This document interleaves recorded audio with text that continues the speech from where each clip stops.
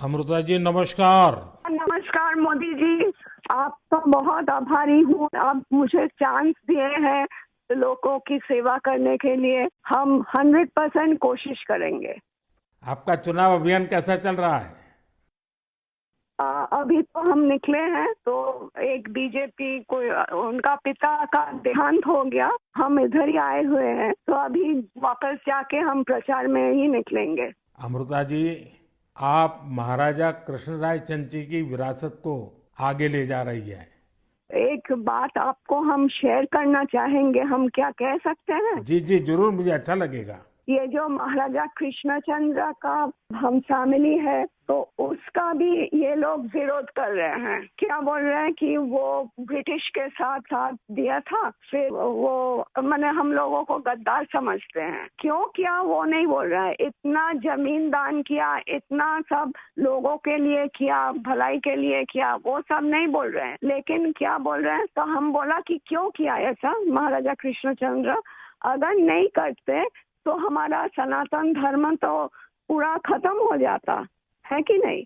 तो वो बात है क्योंकि तब का वो जो नवाब थे सिराजुद्दौला, तो वो तो बहुत अत्याचारी भ्रष्टाचारी थे। तो उसीलिए उन्होंने तो अकेला नहीं किया, बहुत सारे राजाओं के मिलन हुआ, उसके बाद सभी ने किया।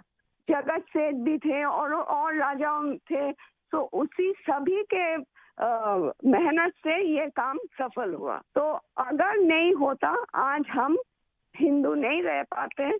हमारा भाषा दूसरा होता, हमारा वेशभूषा एकदम अलग होता और सभी अलग हो जाते। हम तो दूसरों के अधीन रहते ना, यही बात है।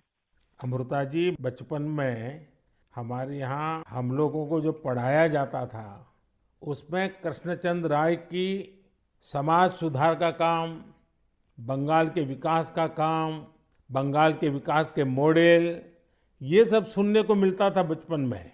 अब देखिए, ये वोट बैंक की राजनीति करने वाले लोग हैं तो बहुत ही अनाप शनाप आरोप लगाएंगे और 300 साल पहले की घटना निकालेंगे, 200 साल पहले की घटना निकालेंगे और बदनाम करने का प्रयास करेंगे।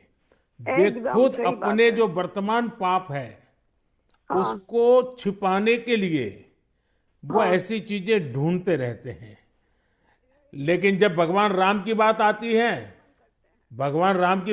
तो वो कहते हैं कि सबूत कहाँ है, इतनी हाँ पुरानी हाँ बात क्यों सही बात, निकालते हो। सही बात। लेकिन जब कृष्णचंद्र राय की बात आती है तो वो तुरंत निकालते हैं।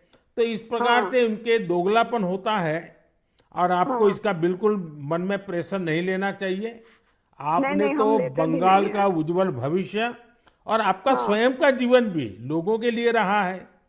हाँ जी। और आपके सामने बंगाल की विरासत को बचाने की भी चुनौती है।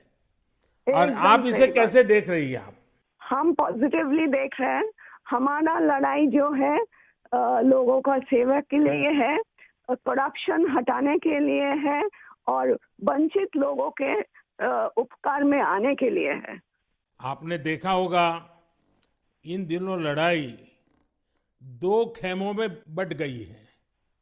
एकदम। एक हमारा खेमा है जो इस देश से भ्रष्टाचार को मिटाने के लिए कदम उठा रहा है, और दूसरा हमारे सामने वाला खेमा है वो भ्रष्टाचारियों को बचाने के लिए इकट्ठे होना, एक दूसरे को बचाने के लिए लड़ाई लड़ना, आरोप करना।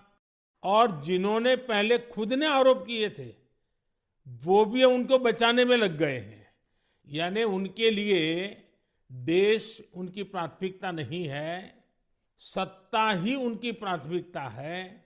और इसलिए चुनाव में हमने भ्रष्टाचार मुक्त भारत बनाने के लिए लड़ना ही लड़ना है, क्योंकि हमारे देश के युवाओं का भविष्य उज्जवल बने। इसलिए भ्रष्टाचार से मुक्त देश होना ही चाहिए। आपको देखकर ही हम आए हैं। जी अमृता जी, मैं बहुत आपका आभारी हूँ, क्योंकि हमारी टोली को आपने जब ये बताया तो मुझे जरूर लगा कि मुझे एक बार आपसे बात करनी चाहिए। अमृता जी, बंगाल के अन्य इलाकों की तरह हाँ जी। कृष्णा नगर में भी बीजेपी को बहुत उम्मीद के नजर से देखा जाता है। अब आप वहां लोगों से मिल रही हैं आपको भी लोगों का उत्साह उमंग फील होता होगा। बहुत जनों ने बोला उन लोगों का डीए अटक गया। बहुत जनों ने बोला स्कूल में भर्ती कराने के लिए लाखों का पैसा चाहिए। बहुत जनों ने बोला हमको कि हमको बोला था कि घर देंगे, नहीं दिया। तो क्या बोले इसको। अमृता जी, मैं आपको एक बात बताता हूँ। हाँ जी। मैं एक लीगल एडवाइस ले रहा हूँ। हाँ, प्लीज बोलिए। हमने बंगाल में ये ईडी वालों ने करीब 3,000 करोड़ रुपया इनका अटैच किया हुआ है। अब ये पैसा गरीब आदमी का पैसा है। किसी ने शिक्षक होने के लिए पैसा दिया, किसी ने क्लार्क होने के लिए पैसा दिया। वो सभी लोग जानते हैं। वो एकदम फेडअप हो गया, एकदम हाल छोड़ दिया। हम जो देख रहे हैं टीएमसी के ऊपर बहुत लोग नाराज है क्योंकि ये सब बहुत अत्याचार हो रहा है। तो मैं जो लीगल एडवाइस ले रहा हूँ, तो मेरी इच्छा ये है, अगर मुझे लीगल एडवाइस मिलेगी तो नई सरकार बनते ही जो भी कानूनी प्रावधान करना पड़ेगा, कुछ नियम बनाने पड़ेंगे, तो मैं ये जो 3,000 करोड़ रुपया है, जो जो गरीब लोगों का पैसा है और जिसने इस प्रकार का पैसा रिश्वत में दिया है, उन सबको मैं वापस पैसा करना चाहता हूं।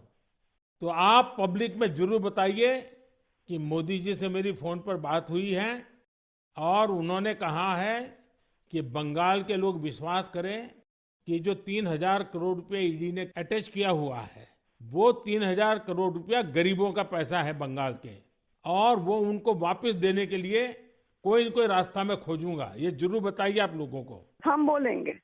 अमृता जी, पूरे बंगाल में बड़ी संख्या में लोग बीजेपी के साथ आ रहे हैं। जब आप क्षेत्र के लोगों से बात करती है, वो क्या बात करते हैं? अपनी अपेक्षाएं आपको बताते हैं क्या? हाँ, बताते तो हैं। आपके कामों पे हमारा भरोसा है, ये सब बताते हैं। और हम पूछते हैं कि महुआ मैत्रो का क्या होगा, बोलो उसको तो जेल ही जाना है। अच्छा, लोग बोलते हैं।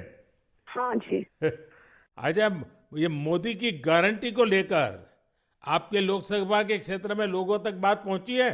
हाँ हाँ, हम तो बोले हैं। तो बोला मोदी जी की तरह हमारा भी गारंटी है, हम जरूर कोशिश करेंगे आपका सेवा में आने का। अमृता जी, मुझे बहुत अच्छा लगा आपसे बात कर करके, और मुझे विश्वास है कि आप विजयी होकर के आपके परिवार की जो बंगाल की सेवा करने की परंपरा रही है, उस परंपरा को आप आगे बढ़ाएगी।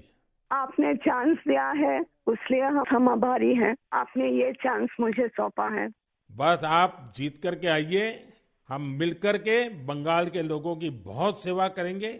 और आप भी जीतने के बाद पहले 100 दिन में कृष्णनगर में क्या करना है, उसका पूरा काम निकाल के रखिए। मैं पूरी तरह आपके साथ खड़ा रहूंगा, और उसमें से जो भी काम भारत सरकार को करने होंगे, वो तुरंत कराने का हम प्रयास करेंगे। आपका आशीर्वाद मुझे चाहिए बस। बस जनता का आशीर्वाद हम सबको चाहिए। जनता का आशीर्वाद ही हमारी सबसे बड़ी ताकत है। लेकिन आप मुझे गाइड करिए, ये हमारा रिक्वेस्ट है। नहीं, बिल्कुल हम संपर्क में रहेंगे, और मेरी आपको बहुत शुभकामनाएं हैं। बहुत बहुत धन्यवाद जी। नमस्कार।